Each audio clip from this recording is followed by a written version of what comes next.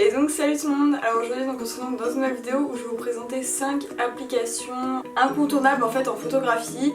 Je triche un peu puisque je vais pas parler de 5 applications mais plutôt de 5 catégories d'applications. Puisque en fait je vais citer beaucoup plus d'applications que 5, clairement vous allez le voir. Mais c'est pour vous aiguiller un peu sur où aller, sur quoi choisir en fait tout simplement. On va commencer dans un premier temps avec une application pour moi qui est essentielle vraiment puisque j'ai en fait un appareil Canon, je sais pas si c'est la même chose sur Nikon mais en tout cas sur Canon c'est comme ça, c'est pour transférer les photos. Donc en fait pour transférer les photos j'ai une application qui s'appelle Camera Connect donc de chez Canon. Voilà, je vous mettrai bien sûr un petit écran ici je pense pour vous montrer. Et en fait c'est une application où quand vous allez dessus vous pouvez tout simplement importer vos photos directement de votre appareil photo à votre iPhone puisque mon appareil photo il faut savoir donc que c'est un Canon 80D et il possède l'option Wi-Fi donc on peut forcément transférer des données d'un appareil à l'autre.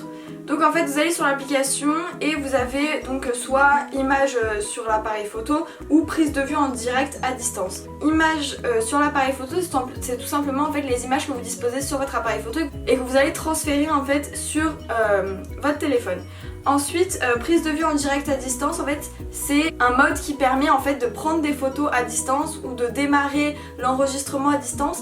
Et en fait, vous avez tous les réglages, donc c'est-à-dire les ISO, la vitesse, l'ouverture qui sont marqués en fait tout simplement en dessous. Donc en fait, ça vous permet de faire des réglages à distance et de pouvoir prendre des photos à distance tout simplement.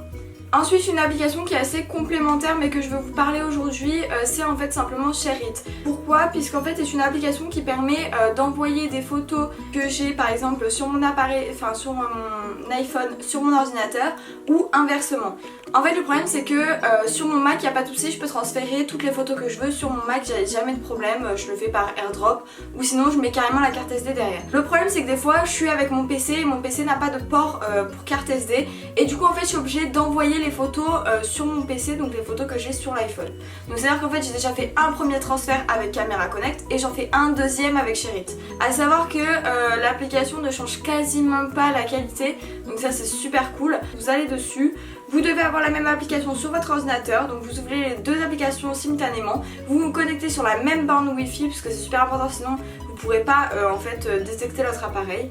Et une fois que vous êtes connecté en Wi-Fi, vous allez tout simplement aller sur Connect PC Mac, vous allez Scan to Connect et en fait sur l'ordinateur, quand vous allez ouvrir l'application ShareIt, vous allez avoir la même interface sauf que vous allez avoir en fait une option d'avoir un scan code en fait. Et vous allez tout simplement scanner ce code avec votre téléphone et ça va automatiquement vous ouvrir l'application en vous demandant si vous voulez apporter des photos, si vous voulez en exporter, etc. Donc ça c'est super cool si jamais par exemple vous n'avez pas de moyens comme le Mac à faire des airdrops etc. Ça ne change pas la qualité, c'est une bonne application donc je vous la conseille fortement. Ensuite on va continuer avec tout ce qui est retouche photo et là je vais vous faire un gros panneau attention puisque tout simplement en fait ces applications je vous les présente sur mobile mais je les utilise pas du tout sur mobile. J'utilise que sur l'ordi tout simplement parce que je trouve qu'il y a beaucoup plus de choix, il y a beaucoup plus, enfin on voit beaucoup plus en fait ce que ça fait, on peut régler tellement plus de choses que sur l'iPhone. Donc là je vais vous parler de Lightroom et Photoshop. Alors je pense que vous connaissez tous Lightroom et Photoshop, donc vous avez les formules Adobe à 11,99€ sur Mac si vous voulez prendre les deux et sur mobile elles sont gratuites. Alors c'est sympa pour faire quelques retouches etc quand vous n'avez pas le temps, c'est pour ça que je vous les conseille toujours, mais je favoriserai toujours à l'ordinateur et je vous dirai toujours que ce sera mieux à fait à l'ordinateur puisque vous avez comme je vous ai dit beaucoup plus de réglages possibles en fait tout simplement, ce qui augmente la gamme des possibilités, ce qui vous permet de faire une photo qui va être encore mieux finalement puisque vous aurez pu faire différentes choses que vous n'aurez pas pu faire sur le téléphone. Donc je vais vous présenter les applications même si je pense que tout le monde un peu les connaît. Donc on va commencer par Lightroom. Tout simplement quand vous arrivez sur Lightroom vous importez une photo et ensuite vous la traitez avec différents réglages donc qui sont la luminosité, le contraste, tout ça quoi. Donc voilà par exemple celle-ci, hop, la lumière, on peut changer l'expression, le contraste, la haute lumière, les ombres, le blanc, le noir, on peut faire les couleurs, la température, la teinte, etc. Et sur Photoshop c'est à peu près le même principe donc je vais pas forcément vous montrer l'application mais c'est deux applications qui sont vraiment complémentaires, que ce soit sur iPhone ou sur ordinateur je vous le dis. J'utilise toujours Lightroom et ensuite Photoshop puisqu'avec Lightroom on va corriger d'abord toutes les bases de la photo en changeant légèrement les teintes etc. juste pour aller vers ce qu'on veut. Et Photoshop en fait on va finaliser notre projet en changeant totalement tout ce qu'on veut. Ensuite maintenant je vais vous parler d'une application que je connais mais que j'utilise très peu, enfin que j'ai utilisé avant, c'est 500px. Alors ça pour les photographes qui connaissent, 500px c'est une application en fait où on peut trouver diverses photos de plein de photographes, que ce soit amateurs ou professionnels, et on peut également les poster dessus. C'est un peu un mini Instagram de la photo si vous préférez. Et en fait tout simplement je vais ouvrir l'interface, donc là j'ai jamais ouvert, j'ai juste téléchargé l'application pour vous la présenter parce que je la connais mais je l'ai pas sur mon téléphone par manque de place. Donc il vous propose en fait de se connecter ou de s'inscription, donc nous on va se connecter. Donc voilà, alors en fait vous arrivez sur la page en fait où il vous propose différents styles de photos, différentes choses que vous pouvez voir. Et ensuite vous avez donc Discover, donc ça c'est les photos les plus populaires, les plus récentes que vous pouvez découvrir. Vous avez les utilisateurs et la galerie si vous voulez chercher quelqu'un en particulier. Ensuite le transfert, donc c'est tout simplement pour uploader vos photos en fait que vous voulez montrer. Les notifications c'est comme Instagram, c'est les j'aime. Voilà, les trucs comme ça, les photos qui ont été vues. Et Quest, c'est des... je pense que c'est des trucs payants en fait qui sont proposés par l'application tout simplement. Bref, tout ça pour dire en fait que l'application c'est pour découvrir en fait des photos de photographes amateurs et des photos de photographes professionnels. Vous pouvez trouver vraiment beaucoup d'exemples et beaucoup de choses qui peuvent par exemple vous inspirer ou vous aider ou vous donner des idées tout simplement, puisque il y a vraiment énormément de choses. Donc c'est une application que je vous conseille fortement si vous êtes photographe.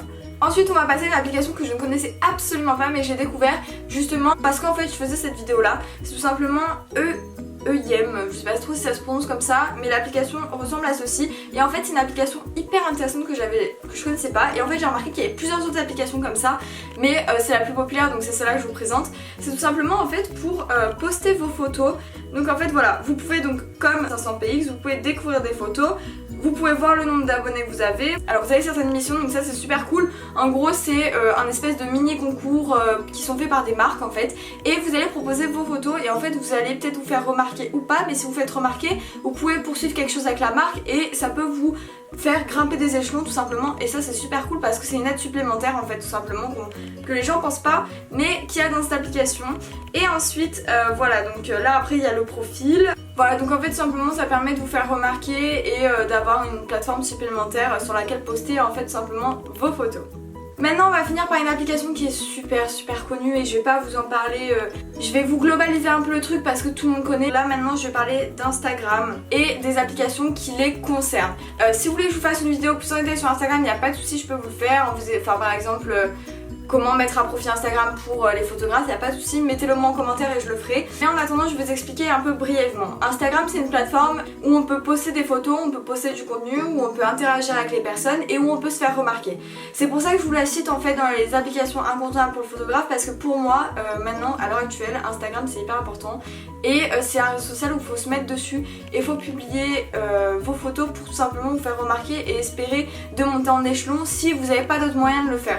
Puisque c'est une plateforme où il y a énormément de visibilité et vous pouvez booster vos applications pour en avoir encore plus et pour atteindre vraiment une notoriété que vous souhaitez tout simplement.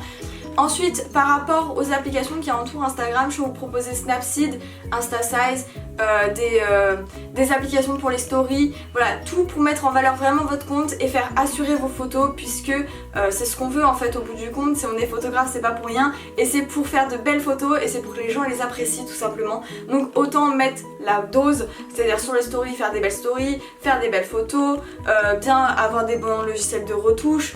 Bref, tout ça c'est super important et voilà, je pense que j'ai fini avec les applications.